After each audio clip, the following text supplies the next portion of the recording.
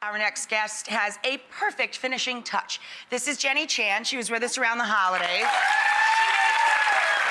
She makes like works of art out of napkins. So Jenny's gonna show us two designs that hopefully all of us can do.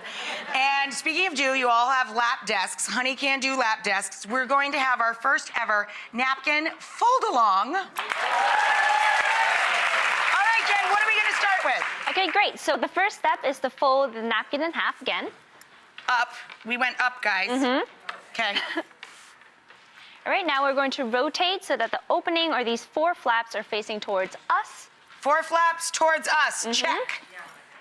Now we want to fold in the right side and also the left side. Now you can fold it a lot to create a square type envelope, or you can fold it just a little bit to create a rectangle. Okay. I want a less uptight envelope.